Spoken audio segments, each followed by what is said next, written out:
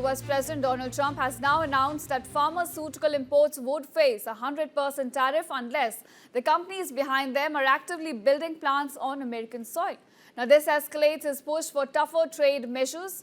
The proposed tax, set to begin on October 1st, also extends to other goods, including 50% on imported kitchen cabinets and bathroom vanities, 30% on upholstered furniture, and also 25% on heavy trucks.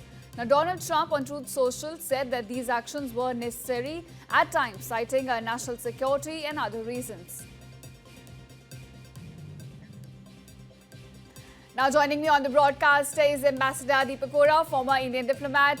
Thank you, Mr. Vora, for joining us here.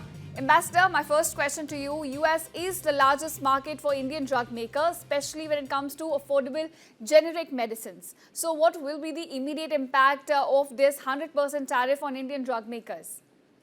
Well, thank you very much. Always a pleasure to be with you, ma'am, early in the morning. I'm right now in one of the most beautiful parts of India, in Kerala, in Thiruvananthapuram, the capital. Absolutely spectacular.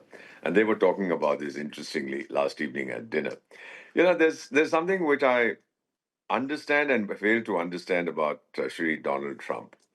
Number one, he is committed to America, and nobody has any argument with that. If you're committed to your country, well, God bless you. God bless America, because it is the greatest country in the world.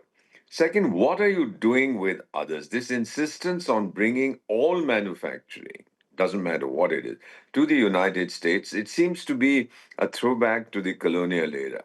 You remember during the British period in India, they had deindustrialized India by saying that you guys can't manufacture anything except primary goods, agriculture, etc. And all the industry then shifted to England or to wherever it was. And they just made sure that there was no industrial production in India.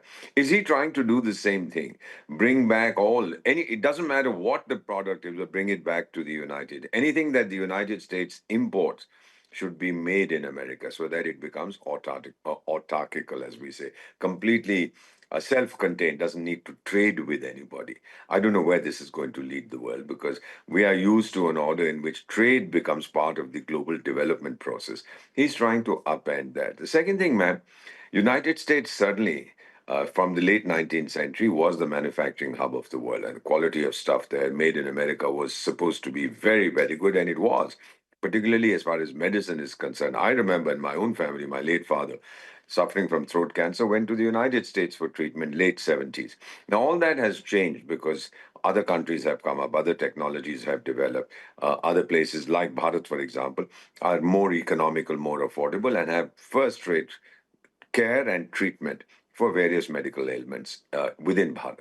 So this seems to be also hurting Shri Donald Trump, who's done a survey in his own mind and thinks that the best way to make America great again is to manufacture everything in America. As far as pharmaceuticals is concerned, yes, of course, it's going to hurt our drug industry. Reminding once again of what Prime Minister Narendra Modi said, that over-reliance on any single country or any single destination can be counterproductive.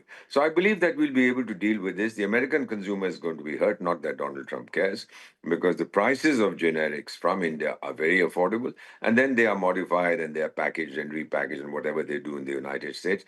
Big Pharma makes big profits in the United States. So they're going to be up in arms against Donald Trump also. This is going to play out. It's going to be very interesting. My own feeling, having observed him, is that within a week or so, there'll be a rollback of this. And he'll come around and say, all right, if you're not going to set up a factory in the United States, at least make a commitment that you'll consider doing it. And that basically is neither here nor there. I don't think this is going to be very popular, even with his MAGA constituency, if you'll end up paying more for medical treatment for drugs. You know, the Americans are addicted to drugs. And if you end up paying more for this kind of thing, then you're not going to be happy with the present regime. So, upshot, I think this will be another example of Donald Trump changing his mind again. There'll be a rollback, ma'am. That is my conviction.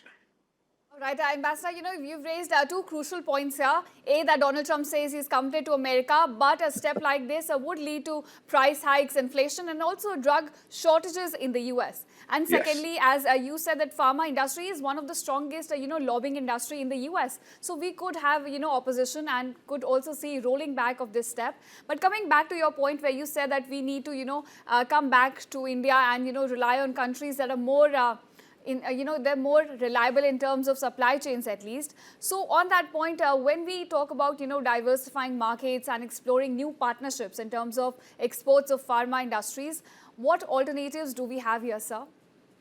That's a very good question, very intelligent question. First question that I want to ask you: why do we need to trade? And it sounds very stupid for coming from an economist like me. Why do you need to export? Why do you need to import? Because no country can be autarkical, totally self-sufficient. Certain things you can make, you do it in a cost-effective manner, you have the best technology, etc. And others, you need to import because you don't want to reinvent the wheel each time. So as far as this particular issue is concerned, I think we will be looking at alternative markets. Of course, we have a 140 crore market in India itself, which is totally, there's no shortage of generic drugs or medicines in India, none whatsoever.